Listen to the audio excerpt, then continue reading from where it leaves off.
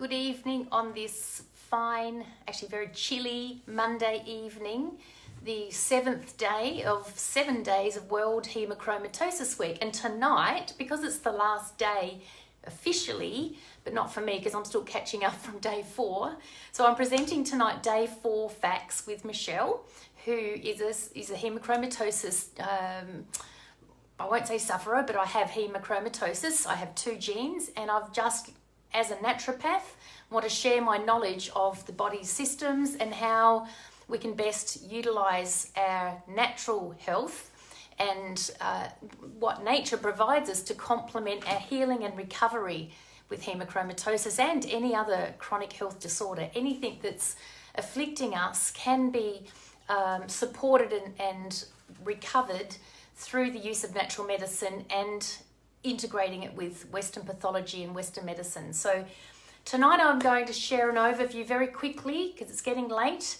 on the acid-base balance and why it's so important. And I'm going to back that up with some science, and I'm also going to back that up with some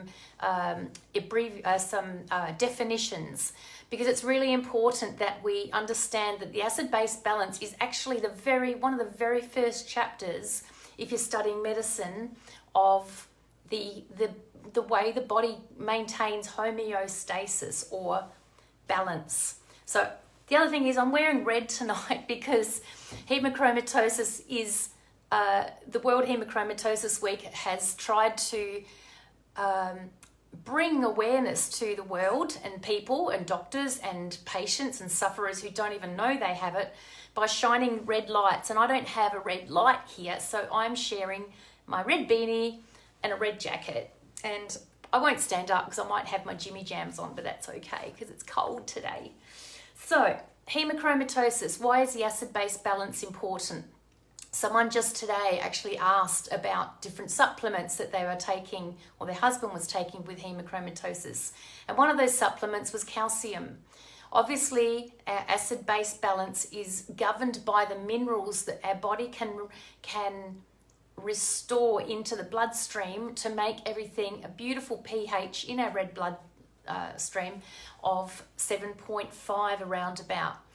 And so if anyone that knows the acid-base balance, acid-base chart, they know that acidic is 7.0 and below, or pH neutral is 7. And so you can go down to 5.5 and worse. And as we go down that acid scale, most things that grow or die in our bodies become more or less on the alkaline side. They go towards the acidic side, but you'd have to be really, really sick to have a blood level of, 6.0 or less. There is a way to check that in your blood test. So if you want to go and grab your blood test after this and have a look, I can share that with you in a moment. So your alkaline balance, or anything alkaline, is 7.0 up to 8.0. So when you're drinking soft drinks, for example, you're drinking acidic, especially if you're drinking some of the fizzy ones. You're drinking lots of sugar and you're drinking acidic type drinks. So your body is going to have to release a lot of alkalizing agents or minerals into your bloodstream in order to balance that once you're digesting and your kidneys are filtering that out. And it's really important to know that. So whatever you put into your body's going to revert to the opposite side to try and come back to a neutral state. And it's really important to know that most chronic health diseases, the body can be the tissue or the blood cells, the bloodstream itself, and the interstitial fluid that lives between the red blood cells is trying to maintain homeostasis. So really look at what you're eating. A lot of Western medicine professionals don't really get into the acid-base balance once they see people in a sick state, because it's really hard to just get people healthy when there's a sickness state. So one of the ways you can do that is to produce foods or eat foods that are at least 70% alkaline forming. And with haemochromatosis, our bodies suffer a lot if ferritin, or the stored iron, goes through the roof. So I'm just going to read quickly, because you put these little glasses on to read, because I know many of you probably are aware what ferritin is, but with hemochromatosis, ferritin is the free iron that's floating around in the bloodstream. So it's a really good indicator, and I'm reading from my awesome, I've had this for over 20 years, this dictionary, it's brilliant. Before computers came out, this was what I Googled for pathology. It was, plus what I knew. But just to get the reference ranges. There's another whole subject there. Reference ranges can be anywhere from anyone between 0 to 70 years of age. And so if you're 70, you still have the same reference range according to pathology references as someone who's 0 or 2 or 3 or 4. Male and female. So think about that. The serum ferritin, serum means what's in your blood. The ferritin, the free iron, which is damaging, is a good indicator of available iron stores in the body. Ferritin is the major iron storage protein, and it's normally present in the serum, directly related to iron storage. So the higher your ferritin levels, the more likely you are to have stored ferritin in your cells with hemochromatosis. And that's where the damage occurs. With people with hemochromatosis, it's generally speaking with females anywhere above, what are they saying? This is an old reference range, but anywhere above 150, 200 is relatively high. Although I've seen some people with hemochromatosis where they let it get to 300 or 400. Someone like me was 4,500 when I was first diagnosed, and that's not good. Men generally around 400 or less, and so if men's ferritin level is elevated above that, then you really got to be mindful of that and go and see your doctor and or have your blood removed in venesection, about 500 mils, between 350 to 500 mils. Children are now coming forward with hemochromatosis too, so that's a bit scary. There's a lot of other factors associated with why children are becoming suffering. We're not as clean as we used to be. We don't have a clean environment, and there's a lot of oxidative stress on our bodies through toxicity in our water, in our environment, in our air, in our food, which all lends itself to the body. So ferritin is quite dangerous when it's up in the high levels. And there are other ways to get hemochromatosis, but not the genetic form of it. It means you've had a gene from one of your parents, or each of your parents, if you're homozygous, so you've got 2 genes. And if you're heterozygous, you have 1 gene from 1 parent. But you can still be a carrier and actually exhibit signs of hemochromatosis. So don't let that put you off of getting your blood levels checked, people with hemochromatosis, even you carriers. So the anion gap, which I spoke quickly about last night, I can hear some little legs floating around behind me here. The anion gap is the difference between the negative and the positive extracellular space, or the anions and the cations for chemistry buffs. And so the one way that we measure that is by measuring your sodium, and you go to your blood test. If you've got it in front of you now, go for it. You measure the sodium and potassium. So you add those 2 numbers up, Na and K, and then you add up your chloride and bicarbonate. And this should be in your blood test if you have electrolytes taken.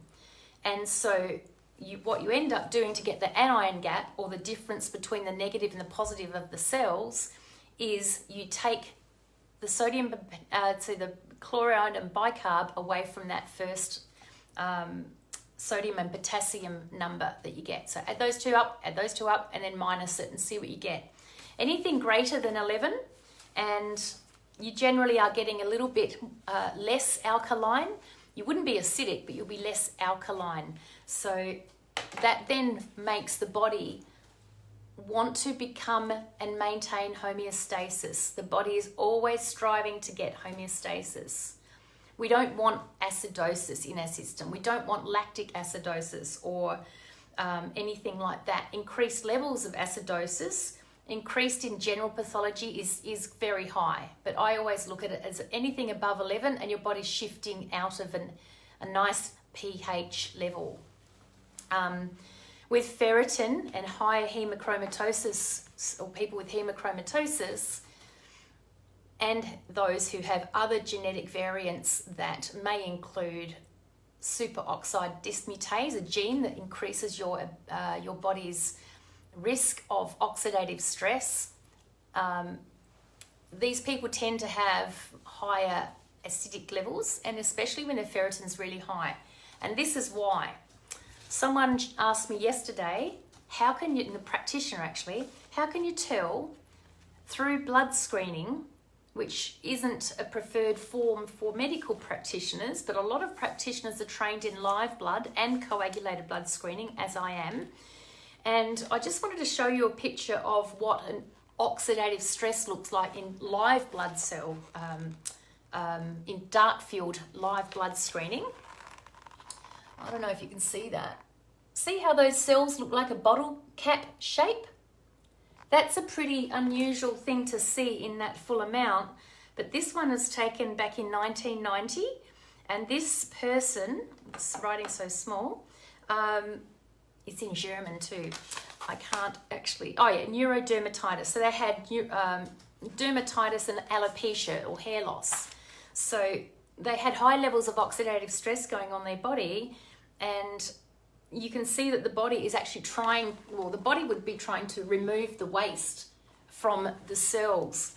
And so it has to be, you have to try and get some balance in there. And one of the ways you do that is you use minerals that are alkaline forming. You use water that flushes your body out, that gets into your cells properly, not just flushes around the outside and pees out. You need to use water that has a really beautiful pH level, and it also is strong enough or small enough in its molecular size to get into the cells and hydrate the cells. Tiny little bit of Celtic sea salt first thing in the morning can sometimes help to drag water into the cells better. It's just chemistry. It just, wherever sodium goes, water will follow, but obviously don't use a whole teaspoon, just a little pinch in your first glass of water in the morning. There's a lot of talk about people who drink lemon juice first thing in the morning.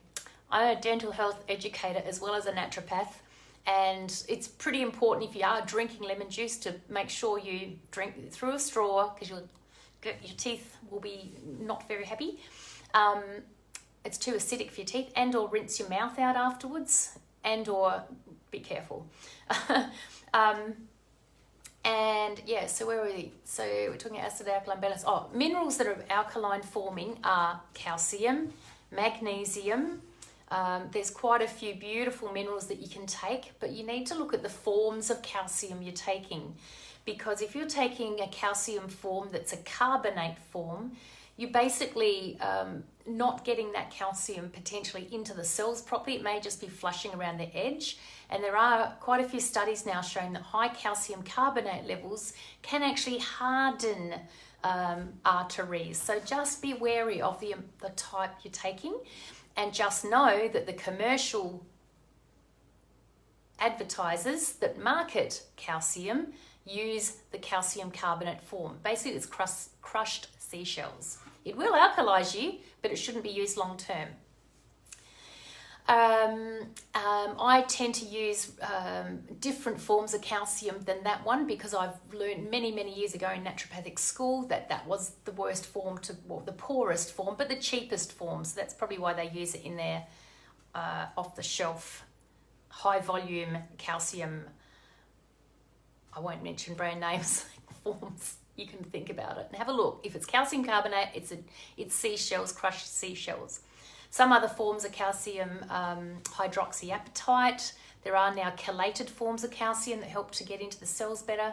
But don't just go and take calcium to get alkaline. You need to look at your diet. You need to look at magnesium. You need to look at the water you're drinking, the food you're eating, your gut microbiome. It all interrelates with each other. Nothing in your body is going to be compartmentalized.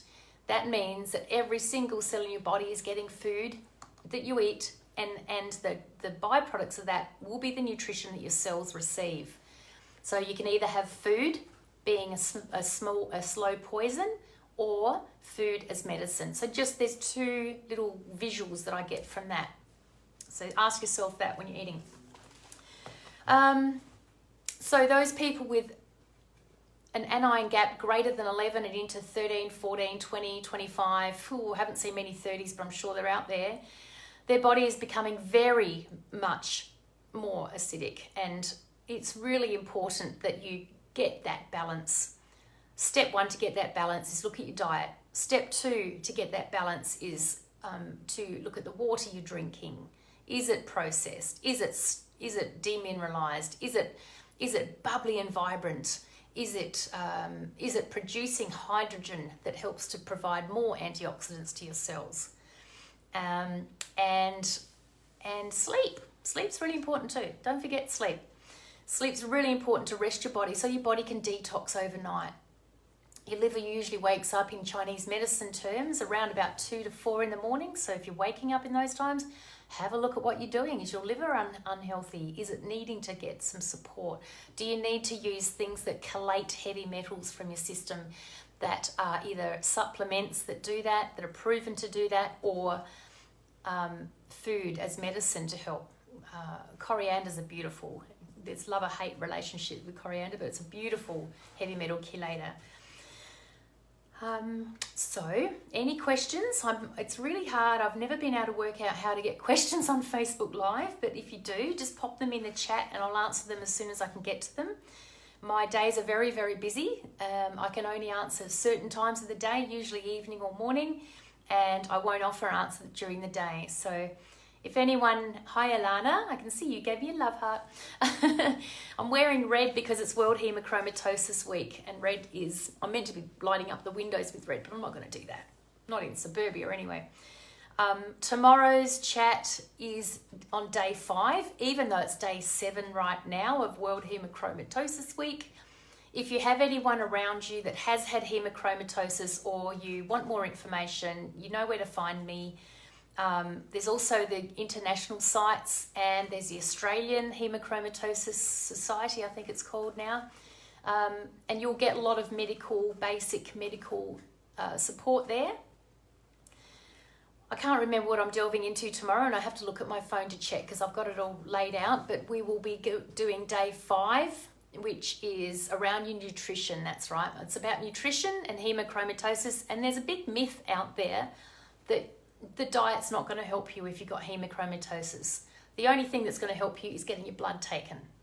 Well, I'm living proof that nutrition, water, mindset, and lifestyle is going to be a major contributor to your health.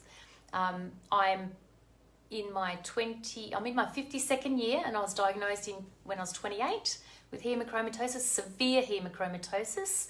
I reversed osteoporosis, which is actually an inflammatory disorder. It's a disorder of in my opinion, but also out there, it is an inflammatory disorder. Your body is going to try and leach calcium from your bones and your muscles and magnesium in order to keep your body in homeostasis or balance or pH neutral levels in your blood. And that's basically what it boils down to. There's a lot of hormones associated with osteoporosis as well, but yeah, that's about it. All right, everyone, I am off to have a big sleep, and I will catch you all either tomorrow or tomorrow evening or tomorrow morning. If you want to share this with any of your people, please do, and I'm always here to answer questions. All right, over and out from the red pom-pom. It's actually quite fun in red. I like it. See ya.